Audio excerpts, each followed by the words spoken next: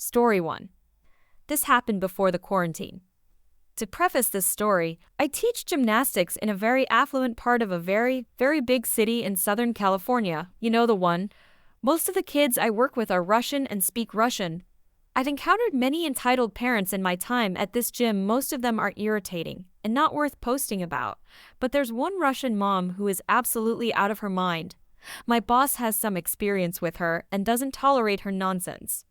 Every school holiday, we have day camps where around 30 kids come to the gym. We play games, practice gymnastics, and generally have fun. Our camps are really popular and usually fill up at least a week in advance. Additionally, we allow parents to use their child's missed classes or makeups as credit toward a day of camp at a reduced rate. On this particular day of camp, I was working at the front desk, and we were swamped. I'd already turned multiple walk-ins away because we were over capacity according to the rules set by USA Gymnastics, which would be in violation of our insurance policy. Around 2 hours after camp started, at about 11 a.m., a kid walks in the front door by himself. This was odd for 2 reasons. First, because parents are supposed to come inside to sign their kids in and out, and second, because the entitled mother had sent us an email the night before explicitly instructing us not to enroll her child in camp and not to charge her card. So, I asked the poor kid to run outside and ask his mom to please come in so I could sort things out. He opened the door, yelled back and forth with her in Russian for a bit, and then closed the door. As she drove away, the kid told me that his mother was going to call me. Great. This is how the most insane phone conversation of my life went. From an anonymous number, I might add, entitled mother, what? Me. Hi, I just wanted to speak with you because I'm a bit confused. Last night, you sent us an email instructing us not to enroll your child in camp. Entitled mother. Yes, because last time you enrolled him, you charged my card $65, which is the cost for 1 day of camp, and you took my money. Me. Ma'am, that is how much 1 full day of camp costs.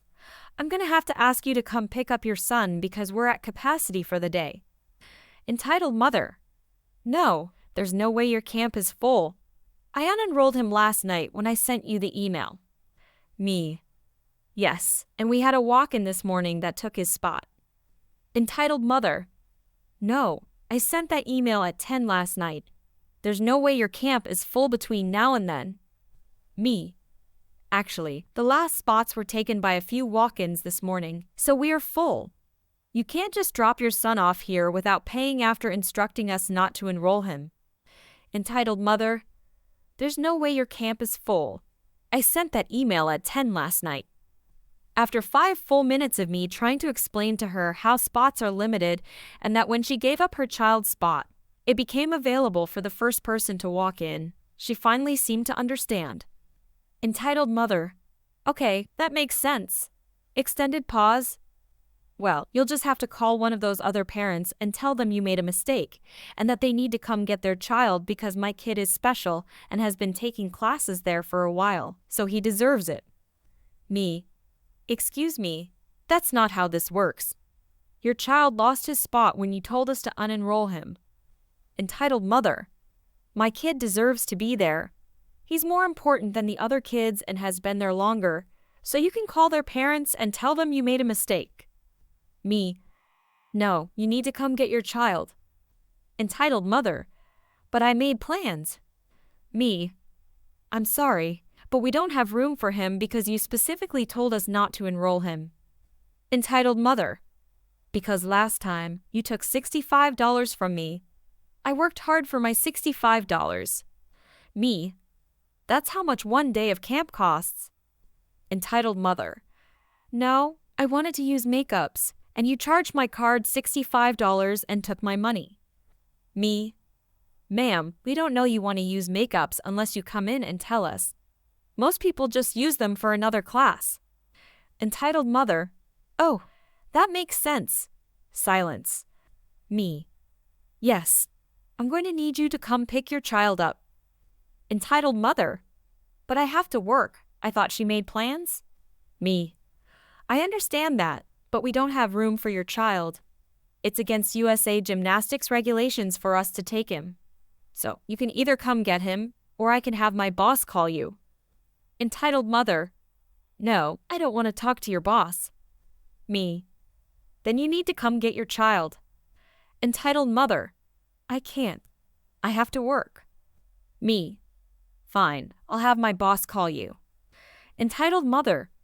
I don't want to talk to your boss. Me. Either you can come get your child, or I can have my boss call you. Entitled mother. I don't want to talk to your boss. Me. Okay, this conversation is unproductive. I'll have my boss call you. I hung up and called my boss, as promised. Her child still came to class, but she's now banned from bringing them to camp unless she walks them in and pays at the beginning of the day. She still constantly brings them in an hour before our half-day starts and asks me if I'll be charging her for a half-day instead of a full day. And I always politely tell her that no, I'll be charging her for the full day. Now, she just speaks to her kids in Russian and has them talk to me for her. Story 2. I'm a 32-year-old woman, and I just bought my first house. It has 3 bedrooms, a yard, and is just what I need right now. I'm single and have 2 dogs and a cat. My sister is 34, has 3 children, and lives in a 2-bedroom apartment. Lately, she's been talking about how such a tiny living space is not enough for the 4 of them.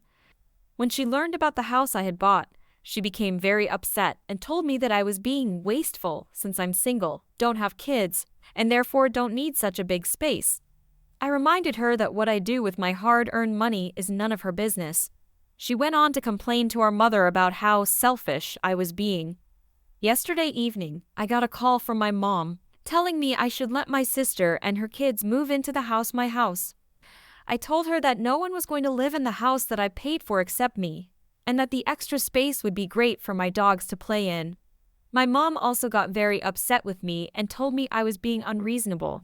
She said that my sister's kids are growing and need the space more than my dogs. I offered to help my sister out financially so she could rent a bigger place. My mom got my sister on the phone, who shot down the idea, telling me I needed to let her and her kids live in my house. When I refused again, she very generously suggested a compromise. I could live in the house with her and her kids, and I wouldn't have to find somewhere else to live. She said this as if she were doing me a favor. I told her she had lost her mind and hung up. However, my mom and sister kept on pestering me, with my mom trying to guilt-trip me by telling me that my sister had been crying over not being able to live in a nice house like mine. I got fed up and decided to shame them. I made a post on Am I the Jerk about this? And of course, most of the commenters could hardly believe how entitled my mom and sister are. They got criticized pretty badly. After getting the verdict from Am I the Jerk, I decided to send my sister and mom a link to the post, letting them know that I had made it. As expected, they were furious. My mom texted and called many times, telling me what a horrible daughter I am and how I've embarrassed her in front of so many people. I told her to calm down as these are all strangers on the internet who have no idea who she is. But asking my mom to listen to reason is like asking my cat to stop shoving things off of horizontal surfaces. So, I told her I'd talk to her when she's willing to act like an adult. My sister has been crying about this to my mom and any other relative who will listen. Most of them won't. They had been on my side from the start and agreed that my sister's demands were ridiculous. They think this whole thing is hilarious. Story 3. Backstory: my dad has an older sister we'll call the entitled aunt. Even as a child, my grandparents treated her like an angel and treated my dad like he was insignificant. For example, when my dad was in college, he wore clothes that had holes about 3 inches wide. And the tradition in China is that you get a lot of new clothes for the new year. His mom told him that they were going to get him a brand new coat for the winter, and my dad was really excited. However, a few days before New Year's, his parents said they couldn't get him a coat. The coat they were going to give him cost 1,000 yuan, $143 AUD. But can you guess where that money went? To the entitled aunt's boyfriend. How could they treat their son like that? Here's something worse. The coat they gave the boyfriend was worth 2,000 yuan. They could have just split the money so both could have new coats. The second my dad was out of college, he started working very hard. He was able to give his parents money every year, even when they treated him badly. Later, he found out that every year, all that money went to my entitled aunt, but that's a different story. You get the gist. My dad treats his parents really well, but all that effort equals nothing or goes straight to the entitled aunt. Story. For some reason, they hated my dad, mom, me, and my siblings. This happened a few years ago when my mom was giving birth to my brother. I didn't realize how bad this story was until a few years ago because I didn't understand. So, I was born in Beijing. My mom somehow foresaw that housing prices were going to go up there, so she and my dad worked hard to buy as many houses as they could. However, there is a limit to how many houses you can buy in Beijing. But my mom was able to find a loophole. She bought the house with her own money, but put it under someone else's name.